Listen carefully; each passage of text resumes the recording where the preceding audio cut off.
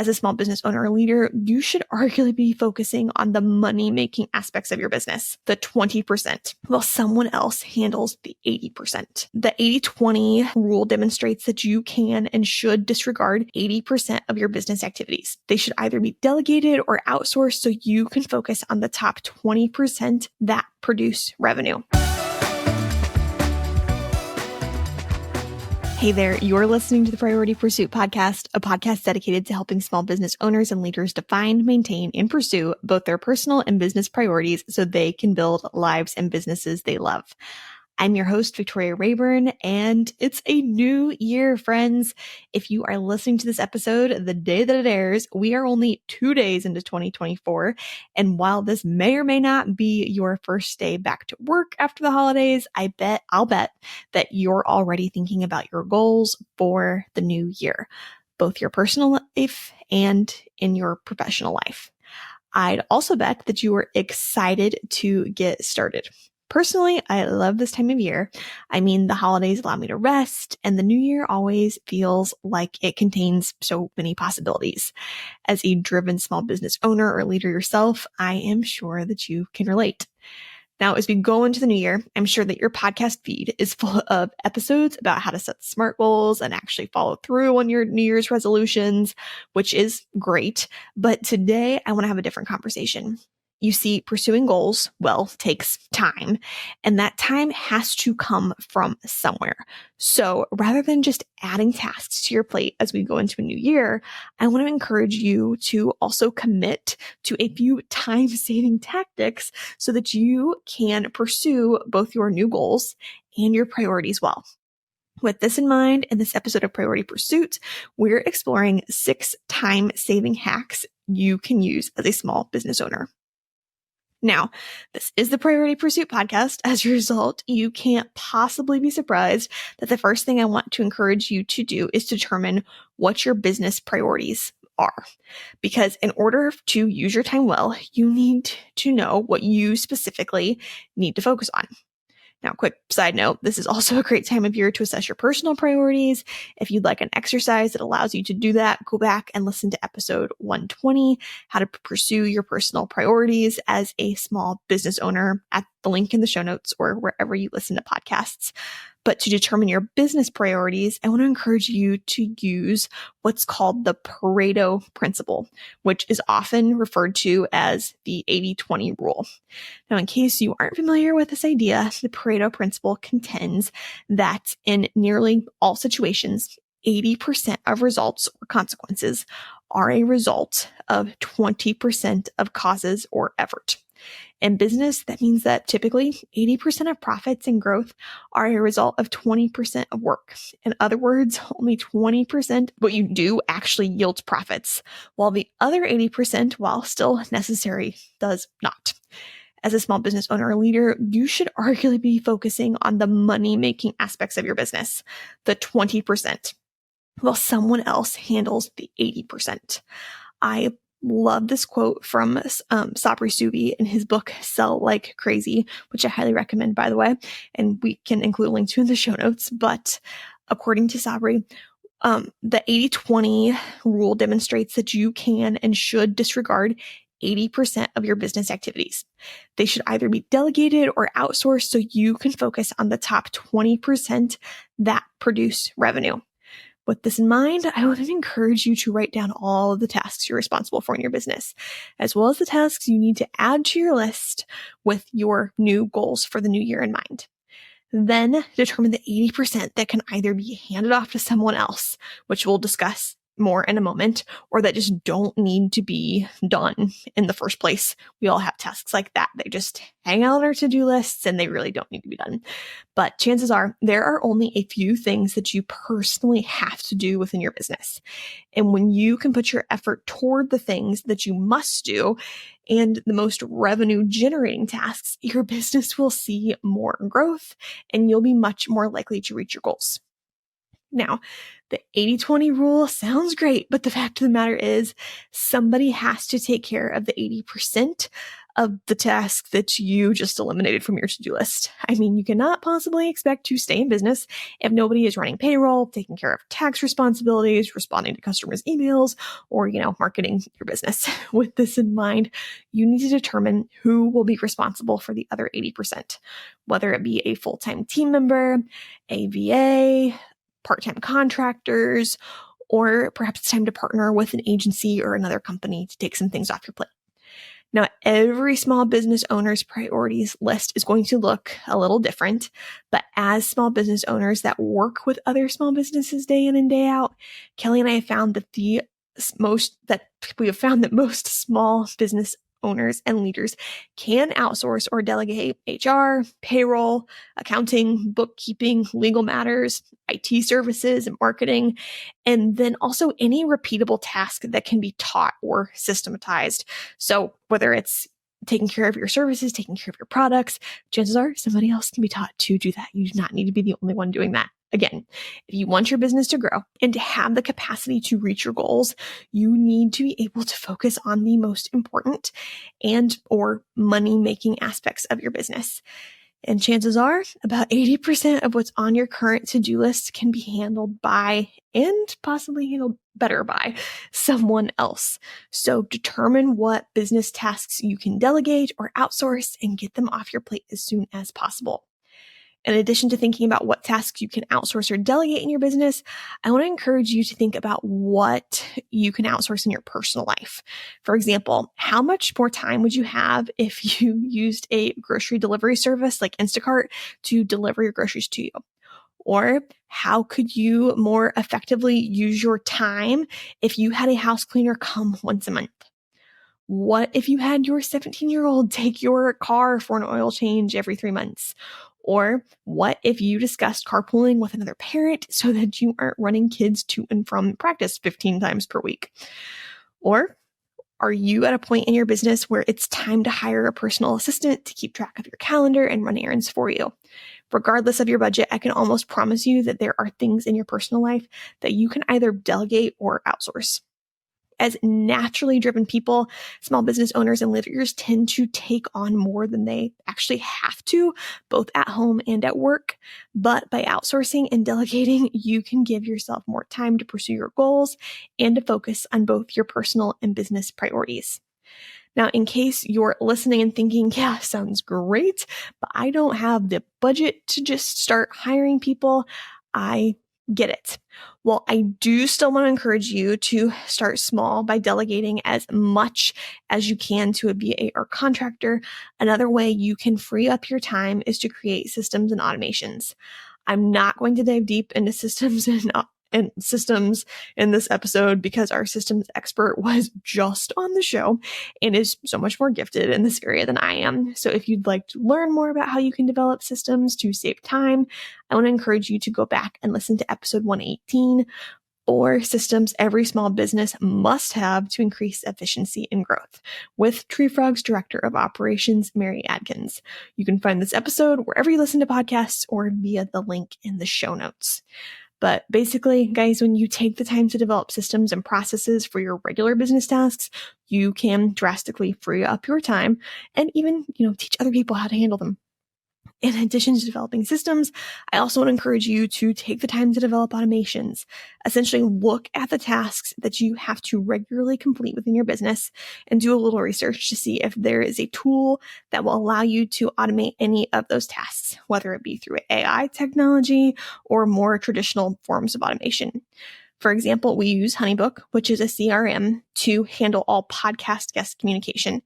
HoneyBook allows me to set up workflows, email templates, and automations so that I can invite podcast guests to come on the show and provide them all of the details they need to know in just a few clicks, as opposed to having to email each of them one by one, which would just be miserable.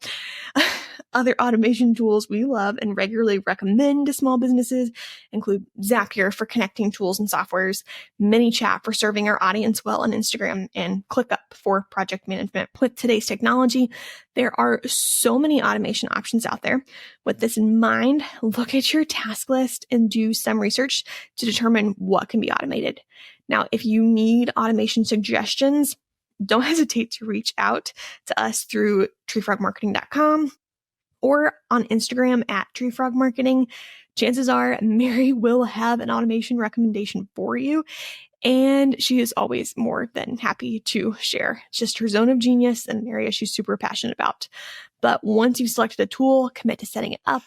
Yes, it does take time to set up automations. However, I can promise you that the time you spend setting up automations will save you hours upon hours of time in the long run. What would you do with an extra 45 minutes every workday? That would save you 16 hours a month or roughly 8 days a year. And over the course of your career, we're talking about over 1 year of your life saved. All that time back. Well, many independent business owners spend far more than 45 minutes a day on administrative tasks. And with HoneyBook, you can get that time back and then some. HoneyBook lets you easily manage projects, contracts, invoices, scheduling, and client communication, saving you time and allowing you to better serve your clients. For a discount on your first year of HoneyBook, visit honeybook.com and subscribe with the code PriorityPursuit.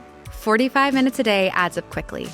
Use it to focus on what matters most. As a small business owner, you probably have a seemingly endless to-do list, but I can almost promise that there are things on your list that can be outsourced, like grocery shopping. I mean, as a wedding photographer, the last thing I wanted to do after shooting a wedding on a Saturday was to spend my Sunday in a grocery store. So I am forever thankful that a friend told me about Instacart. Instacart is a grocery delivery service. Basically, you use the Instacart app to make your shopping list. Then a personal shopper goes to your preferred store, selects your groceries for you, and delivers them to you, typically all within just a few hours. You can also schedule your delivery time. Personally, I will sing Instacart's praises forever because 1, it has saved me countless hours, and 2, Instacart employs local personal shoppers, meaning with every Instacart purchase, you are putting money directly back into your local economy. While Instacart does charge a delivery fee, when you upgrade to Instacart Plus for just $99 a year, you'll receive free unlimited deliveries for all orders over $35. Considering the time and frustration you'll save, that's $99 well spent. If you'd like to avoid going to the grocery store and save $20 on your first order from Instacart of $35 or more, visit treefrogmarketing.com/Instacart. Again, if you'd like $20 off your first Instacart order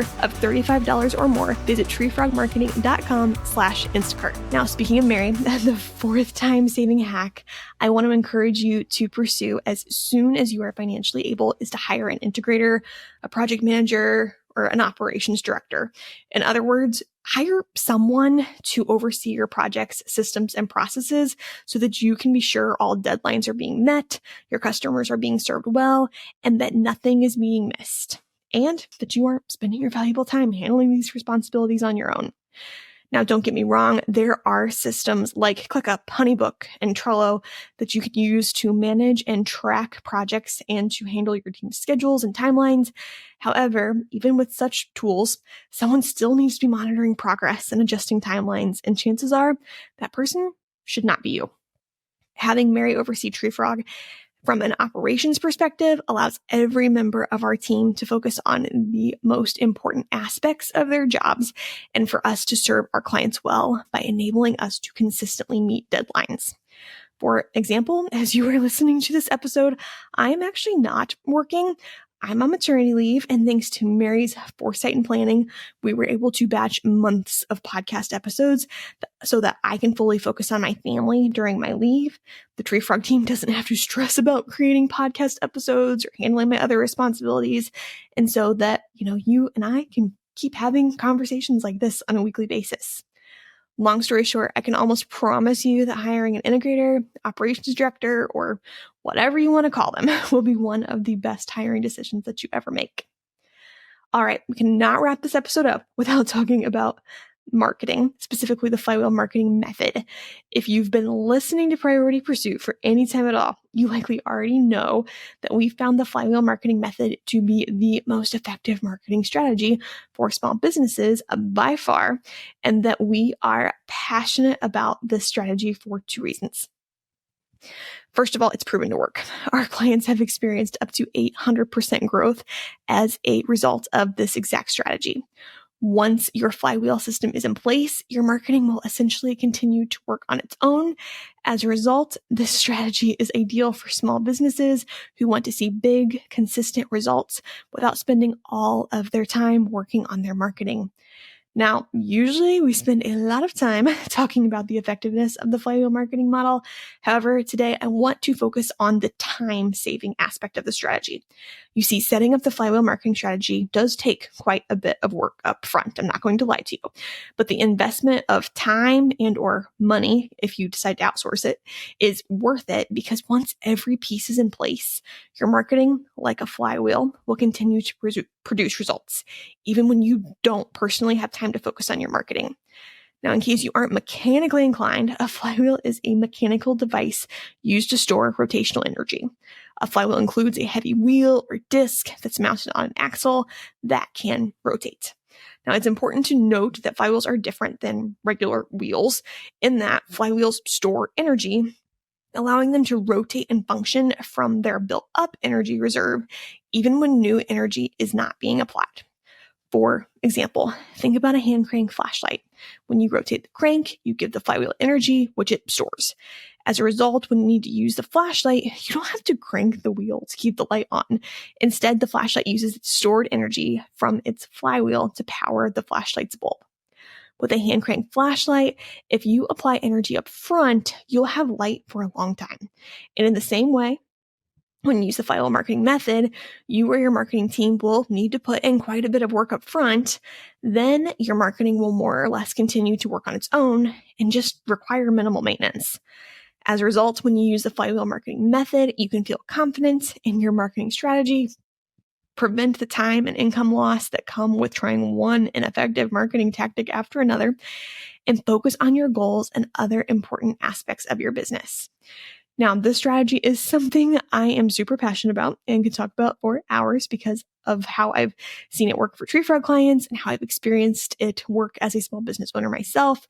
But to keep this episode short and sweet, if you want a marketing strategy that produces big results and saves time, I want to encourage you to tune into episode 103, the best marketing strategy for small businesses, the flywheel marketing method, at the link in the show notes or wherever you listen to podcasts. In this episode, Kelly and I break down the exact marketing strategy we use to help small businesses grow, some by more than 800%. Last but not least, to save time as a small business owner or leader, I want to encourage you to make what many refer to as a someday list. This is simply a list of projects or goals that you would like to accomplish someday, but not right now. You see, as a small business owner or leader, there are likely countless things that you would love to do and would love to pursue. And if you aren't careful, your excitement about these new ideas may divert your attention from your current goals and priorities, which will likely prevent you from reaching your goals, revenue, and otherwise. Kelly and I are certainly guilty of this at times. There are so many ways that we want to serve small businesses and could spend hours talking about all the possibilities. But we also know that in order to reach our current goals so that we can eventually pursue those bigger goals, there are things that need our full attention now so that we can serve our clients well and set the agency up for success long term. Now, don't get me wrong.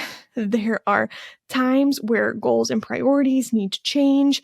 However, more often than not, there are reasons the original plan exists. So the next time you get a new idea, record it in your someday list. Simply writing it down will give you a feeling of accomplishment and allow your brain to focus on what's currently most important. And then when you're ready to move on to your next goal or project, refer to your someday list. Maybe it will be time to pursue something on that list. Or you might look at your list and say, like, what was I thinking? That's a terrible idea. Why would I spend my time doing that? But either way, a someday list can help you focus on what matters most in your business. Now, friend, as we wrap up this episode and you get to work pursuing your 2024 goals, I want to encourage you to, first of all, make sure your goals for the year are in line with both your personal and business priorities. And second, use these time-saving hacks to give yourself the capacity to pursue your goals well. And on that note, Happy New Year, friends. Please know that Kelly, the Tree Frog team, and I are wishing you nothing but the best in 2024. And if you have any small business marketing questions, please don't hesitate to reach out. Whether you become a Tree Frog client or we can simply be an educational resource for you, there is nothing we want more than for your small business to succeed. Also, thank you for tuning in to another episode of the Priority Pursuit podcast, our very first podcast episode of 2024, which I'm personally excited about. But if you enjoyed this episode, we hope you'll take a moment to share it with your small business friends, to leave us a review on Apple Podcasts, and that you'll join us next week for even more marketing, boundary, and priority-driven tactics you can use to build a life and small business that you love.